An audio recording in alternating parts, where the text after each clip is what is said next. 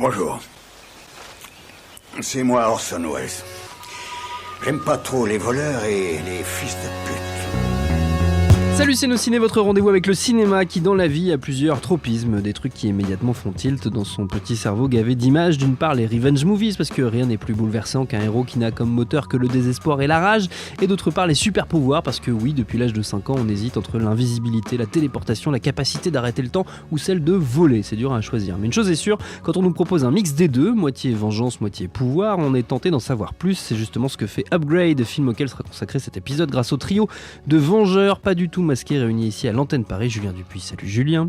Bonjour Thomas. Stéphane Moïsaki, salut Stéphane. Salut Thomas. Et Perrine Kenson, salut Perrine. Salut Thomas. C'est Nos Ciné, épisode 153 et c'est parti.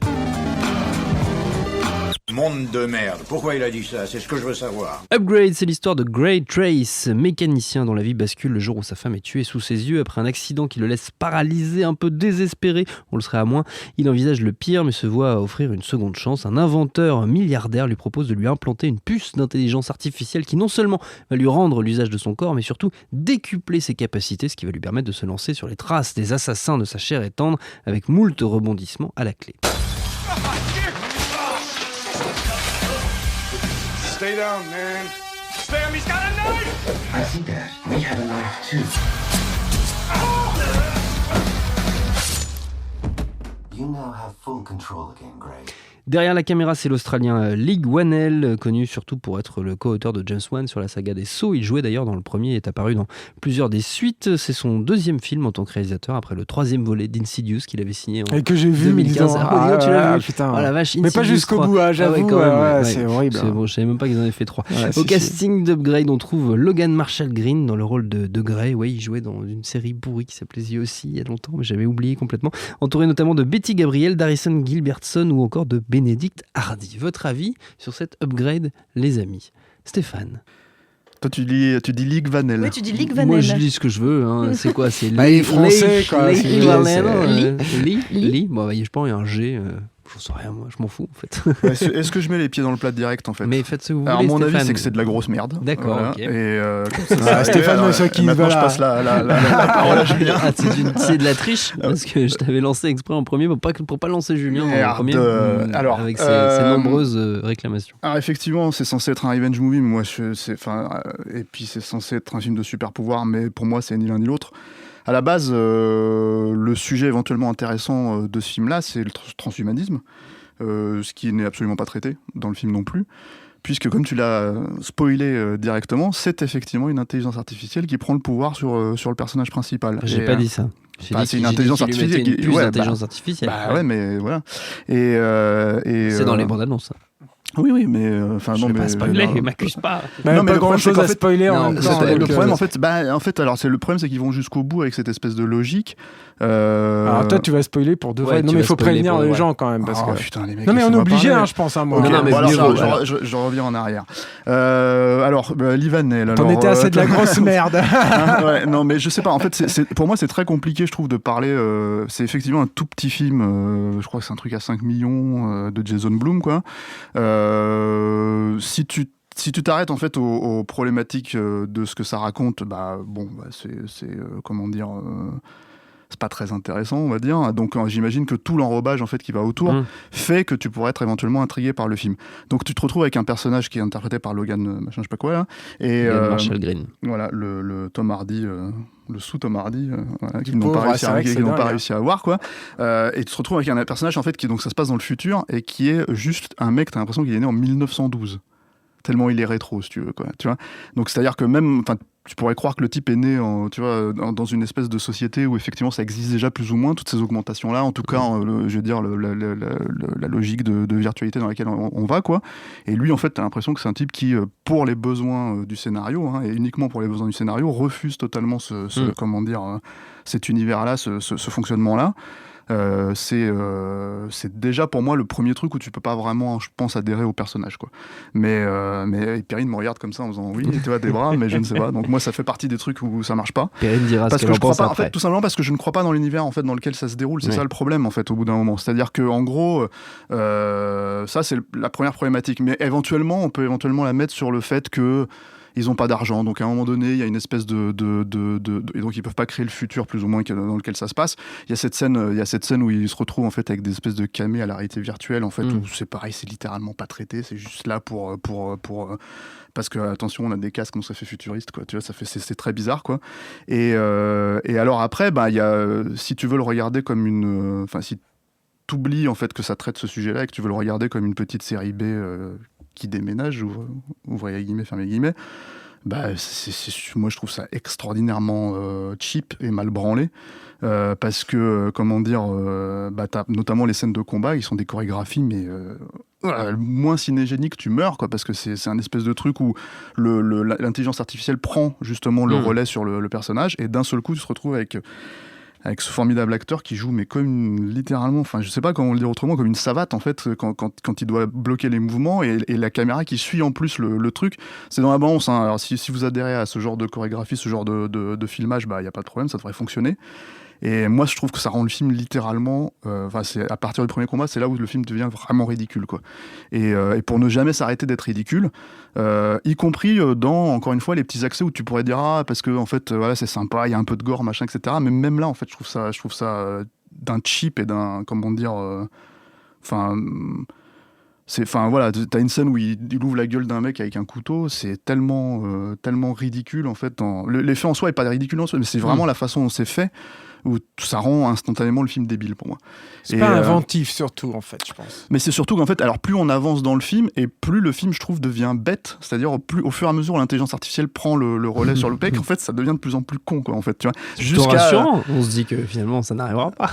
Ouais, jusqu'à devenir une espèce de version, je sais pas, de 2001 complètement YOLO, là, tu vois, où les mecs, ils partent en couille. Demi-YOLO. Ouais, voilà, et du coup, enfin voilà, donc je vais pas spoiler la fin, mais voilà,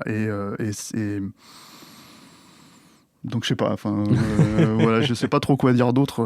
À part que c'est de la merde. Ouais, mais tu me l'enlèves les mots de la bouche. Ouais, voilà. Je suis désolé, Stéphane. Perrine je suis pas d'accord. Voilà. D'accord. Très bien, je le savais d'avance. Mais je suis pas d'accord. J'en triche un peu. Non, je vais aller d'abord dans le sens de Stéphane pour que ça se fasse raccord un minimum. D'accord. C'est que oui, c'est un film qui n'a pas beaucoup d'argent, mais encore, comme il a été tourné en grande partie en Australie, on sait qu'il y a un crédit d'impôt intéressant, donc finalement il a peut-être plus de budget que ça, mais bon, en soi, il n'a pas beaucoup d'argent, et il y a des trucs qui font vraiment cheap, notamment une scène de course-poursuite en voiture, qui est, je pense, la course-poursuite la plus emmerdante et chiante de l'histoire du cinéma. Et on se dit, les mecs vont littéralement à 2 à l'heure et ça se voit. Donc c'est vraiment très très gênant. À un point où tu as l'impression qu'ils se poursuivent pas en fait. Ils sont juste sur l'autoroute. J'étais plus vite dans des embouteillages. Mais il y a vraiment un truc où voilà, ça ne marche pas du tout. Voilà, faut oublier. Il y a quelques petites choses comme ça qui ne marchent pas trop beaucoup. Mais par contre, je ne suis pas d'accord sur les scènes de combat, pour le coup. Je trouve plutôt, au contraire, avec les moyens visiblement assez efficaces. Et en fait, ce style, le filmage, comme tu dis, moi je trouve que ça donne au contraire un peu de dynamisme à l'image, un petit peu de dynamisme au truc, parce qu'on sent que c'est très chorégraphié. Je trouve pas qu'il joue comme une endive, parce qu'en fait, comme lui-même est en stand-by, il est pris en possession par la fameuse... intelligence artificielle, le mec n'est pas censé réagir, il est juste spectateur de ce qu'il est en train de faire en fait. Donc il y a quelque chose que moi je trouve pas anormal dans la manière de jouer.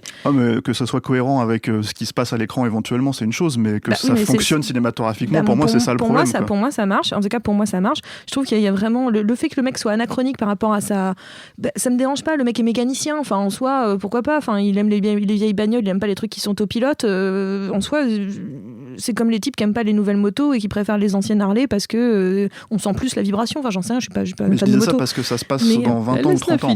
Mais ça se passe dans 20 ans, mais il y a peut-être des gens qui seront encore rétro, enfin je veux dire pourquoi pas, enfin je trouve que c'est pas un plot de départ qui me paraît inconscient ou inconcevable du moins.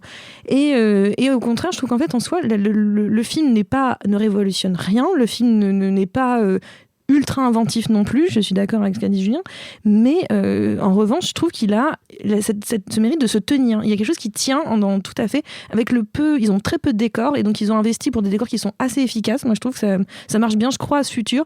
Honnêtement, la scène, en effet, avec les casques virtuels pour t'expliquer que la nouvelle drogue, c'est les images, c'est pas la drogue, c'est tout nul. Ça, c'est vraiment un truc, dans le principe, c'est vraiment, on dirait, un discours actuel de c'est mal la réalité virtuelle, et ça, c'est vieux avant même que ça existe dans le film. Mais sorti de ça, je trouve qu'en fait, il y a des séquences, les décors sont plutôt bien tenus, plutôt jolis, et le film est très nihiliste sur la fin. Je trouve que le fait qu'il aille jusqu'au bout de sa pensée, pour moi, je trouve ça plutôt intéressant, et j'aime bien ce genre de petites productions qui sont assez surprenantes, plutôt bien gaulées, et qui n'ont pas... le film n'a aucune prétention, et c'est pour ça aussi que je l'aime bien, c'est parce qu'il essaie pas de péter plus que son cul, quoi. Enfin, il y a un truc, ça marche quoi, dans le film. Moi je suis pas d'accord, je pense qu'il essaye justement de péter un peu plus haut que son cul parce qu'il utilise en fait ce genre encore une fois, ce fond-là, en fait, cette thématique-là, en fait, dont il pouvait très bien se dépasser. Franchement, ce que ça raconte le film, je veux dire, t'aurais pu totalement enlever, c'est de la manipulation de l'intelligence artificielle, c'est de la manipulation, ça pourrait être un mec, tu vois, ça pourrait être n'importe qui. En fait, tu racontes exactement la même histoire. C'est ça le problème à la fin. Mais c'est pourquoi qu'en fait, pas mais pourquoi pas, justement, moi, je ne me dérange pas du tout. Enfin, les histoires, tout a déjà été raconté. Enfin, on peut aller là-dessus très loin. C'est juste qu'au bout d'un moment, je trouve que ça fonctionne bien avec cette histoire de réalité virtuelle, n'importe quoi. Justement, c'est la partie qui va pas. L'intelligence artificielle, je trouve que ça fonctionne plutôt pas mal, en fait. Et finalement, je trouve ça mieux ça qu'un aérobot, quoi. Enfin, moi, vraiment, je trouve ça plus agréable, ça, en fait. Ok, Julien. Un film qui fait 100 millions de plus. Ah voilà, comme quoi. Alors moi je déteste pas les robots. Je sais. Non, moi je comprends pas en fait l'intérêt de ce film parce que. Ok, salut. Non, mais en fait, parce que alors attends, on va reprendre aussi les choses. Non, mais on va reprendre les choses dans le truc, c'est-à-dire que est-ce que je dois le prendre comme une petite série B habile et. Moi j'en sais rien. Oui, je travaille pas pour alors le film. oui, il me dit Perrine, mais alors le problème. Moi je te dis non. Moi, le gros problème que j'avais avec ça, c'est que, ok, moi je pense que je l'ai appréhendé comme ça, hein, le film, d'ailleurs, mais le problème de ça, c'est que j'ai 25 minutes d'exposition, il n'y a pas une scène d'action au début déjà, avant qu'arrive la première scène. C'est pas grave. Et c'est quand même super chiant, quoi. Enfin, moi, quand je vais voir une petite série B comme ça, j'ai envie d'avoir une certaine générosité, et t'as 3 scènes de baston après, quoi. Enfin, je veux dire, c'est quand même... Et quand t'as une scène de poursuite pour étayer un petit peu le côté action du film, ça marche pas du tout, quoi. Et donc voilà. Alors, est-ce que je vais le voir du coup, quoi, comme un film qui me propose un univers un peu différent, un futur un petit peu différent? Pour moi, ça va pas non plus. C'est-à-dire que ce futur n'existe pas. Il n'a pas de fondation.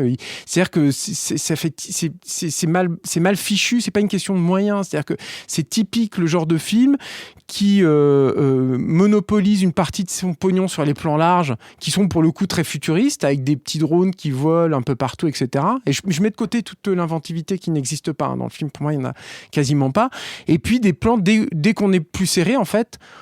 ça pourrait être un revenge movie qui se passe en 2018, quoi. Ce serait exactement la même chose. C'est-à-dire que, par exemple, il n'y a aucun travail sur les costumes. Un truc tout bête, quoi. Mais les costumes sont d'une banalité absolument affligeante, quoi. C'est pas parce que c'est futur qu'on doit se retrouver à s'habiller comme Matrix, quoi. Non, mais par contre, avoir un futur avec où ces plans larges correspondent, par exemple, à un travail sur les costumes, te fait exister, en fait, ce futur, te fait y croire, donne des fondations au truc. Là, ça n'existe pas. En tout cas, moi, je n'ai pas de satisfaction là-dessus.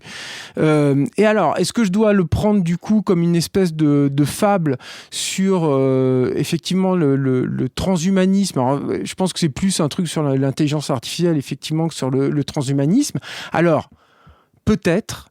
Sauf que pour moi, la thématique en fait du film n'est posée que dans le twist final, que je vais pas révéler là, quoi. Mais il y a un truc dans le twist final où je me suis dit mais il est là le personnage. Là, il commence à exister. Là, il y a un truc quand il va justement, c'est pas qu'il va jusqu'au bout, c'est qu'il traite son idée.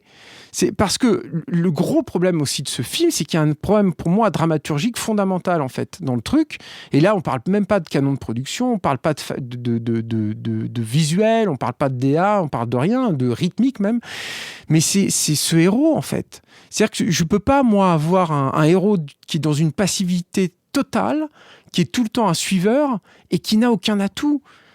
Qu'est-ce qui m'apporte en fait, moi, ce personnage? Il ne m'apporte strictement rien. Il ne fait que subir les événements. Il n'est pas malin. Il négocie pas de façon habile avec l'intelligence artificielle. Là, il aurait existé. Là, il aurait eu un intérêt. Là, il y aurait eu du sel. Là où je me serais dit, on est en train de me construire un héros. C'est important dans un film comme ça. Je pense que le film, l'ambition du réalisateur, c'est de te construire un héros avec des pouvoirs, comme tu le disais tout à l'heure dans l'introduction, qui sont un peu particuliers, etc. Mais de te construire un héros. Il ne peut pas construire un héros. Le personnage est dans une passivité totale. Et il est juste un peu en colère. Et c'est une colère en plus qu'il perd de temps en temps parce que finalement il fait quand même des blagues alors qu'il est censé être dans le deuil. C'est là aussi où le film est totalement maladroit, où je pense aussi qu'il y a une ambition qui est mal placée. C'est-à-dire qu'il y a des scènes dramatiques où il le traite de façon très dramatique. Il va pas te les désamorcer ou travailler autour pour te signaler que non, on est là pour rigoler. Non, il te traite ça en premier degré, etc. En te disant attention, là il y a du drame, quoi. Donc finalement, je pense que le plus grand péché en fait de ce film, c'est pas un problème de confection, c'est pas un problème d'écriture, c'est un problème de positionnement. C'est-à-dire que je pense que ce réalisateur-là, il ne sait pas en fait ce qu'il fait. Il n'a pas réussi à trancher. Il n'a pas réussi à avoir une vision d'ensemble de son projet, à se dire je fais ça en fait. Je fais un truc de baston un peu décalé parce qu'il y aura ça. Non, c'est pas vraiment ça en fait, Upgrade. Voilà. Et pour moi, du coup, j'ai regardé le film. J'ai déjà j'ai peu de souvenirs en fait de ce film parce que j'ai pas su en fait ce que j'étais en train de regarder. J'ai pas su où je devais me raccrocher. J'ai pas su où était finalement l'intérêt du film.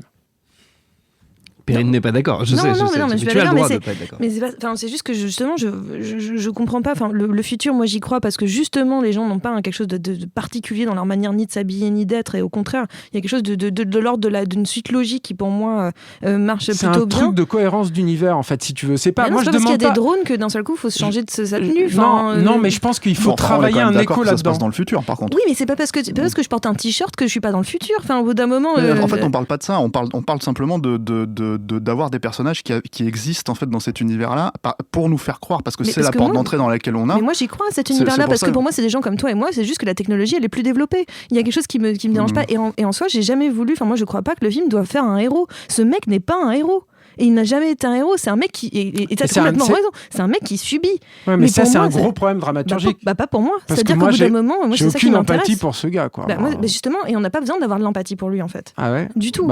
Pour rentrer dans une histoire, ça facilite les choses. Je ne vous accorderai pas sur ce film. Non, c'est pas possible. Je crois que ça n'est pas possible, Mais on va quand même essayer de finir dans l'amour et la paix en se quittant sur des recommandations que je souhaite bienveillantes s'il vous plaît, de tous les côtés, parce que vous savez que je suis je suis quelqu'un qui subit le stress qui est autour de cette table. Je déconne. C'est pas pour ça qu'on s'aime pas. C'est de l'humour, c'est pour rire, c'est pour rigoler. Tiens, toi, au lieu de dire des conneries, Stéphane, donne-nous ta petite recommandation. Alors moi, rien à voir parce que je vais quand même pas recommander Johnny Mnemonic, hein. Non. Pas déconner non plus. Non, je vois pas voilà. J'avais complètement oublié Johnny Mnemonic. Mais pourquoi tu ressors ce Pourquoi film ? tu parles de Johnny Mnemonic ? Je sais pas, transhumanisme, tout ça.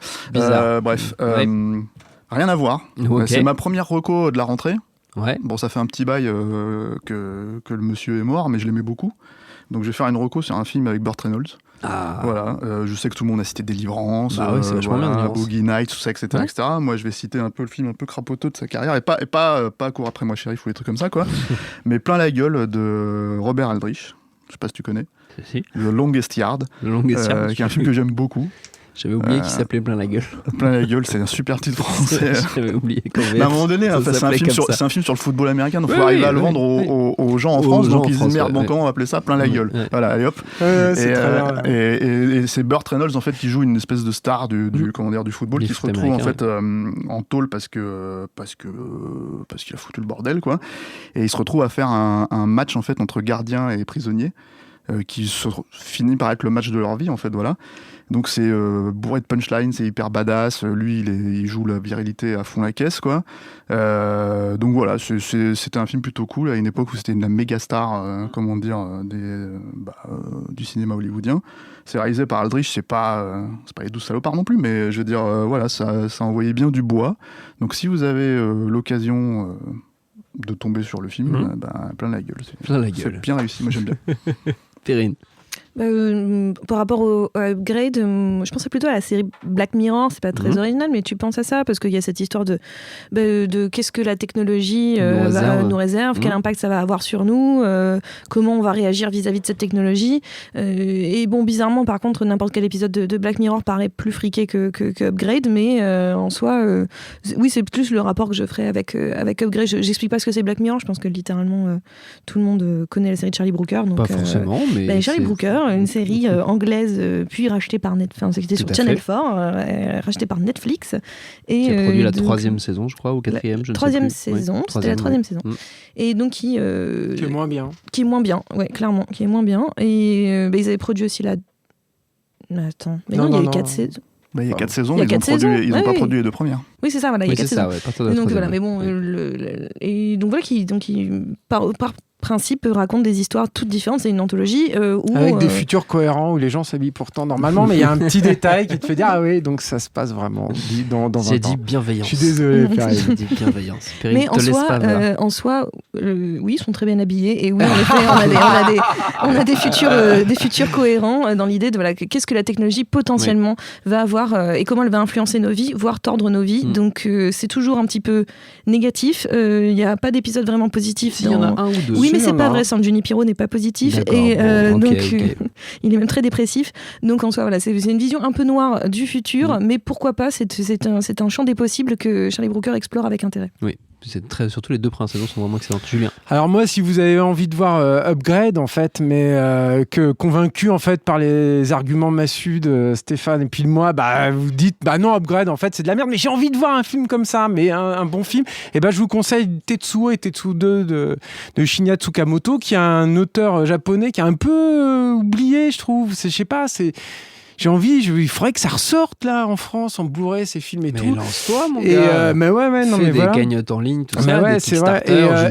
Et voilà, mais dans l'homme augmenté, retravaillé avec des implants biomécaniques en lui et tout, et avec rien, quoi. Enfin, je veux dire, surtout le premier, c'est tourné, c'est quasi dans des conditions d'amateurisme total, parvient à être passionnant, impressionnant, transgressif et d'une puissance rare. Et justement, moi, je me souviens surtout Tetsuo 2, qu'il y avait dedans des scènes d'action dans ce pré-Matrix, pré-adaptation des comics et tout, où je me disais, putain, je vois des personnages qui ont les pouvoirs et agissent, en fait, comme je les ai rêvés en lisant certains comics. Donc voilà, si vous ne les avez pas vus, c'est des films assez cultes. Et encore une fois, je trouve un petit peu oublié, c'est un peu dommage. Mais plutôt que de perdre votre temps à aller voir Upgrade, voyez ou revoyez Tetsuo et Tetsuo 2 de Tsukamoto. Très bien. Ou allez voir Upgrade si vous avez été convaincu par les arguments de Perrine. C'est vrai. Voilà. Merci. On finit là-dessus. Notre temps est écoulé. Merci à tous les trois. Merci à Jules à la technique. Merci à l'antenne Paris pour l'accueil. Rendez-vous sur binge.audio, le site de notre réseau de podcast Binge Audio, pour retrouver toutes nos émissions, le programme des prochaines, les dates d'enregistrement en public si vous voulez venir nous voir. Puis en attendant, on vous dit à très vite. Rosebud! Binge.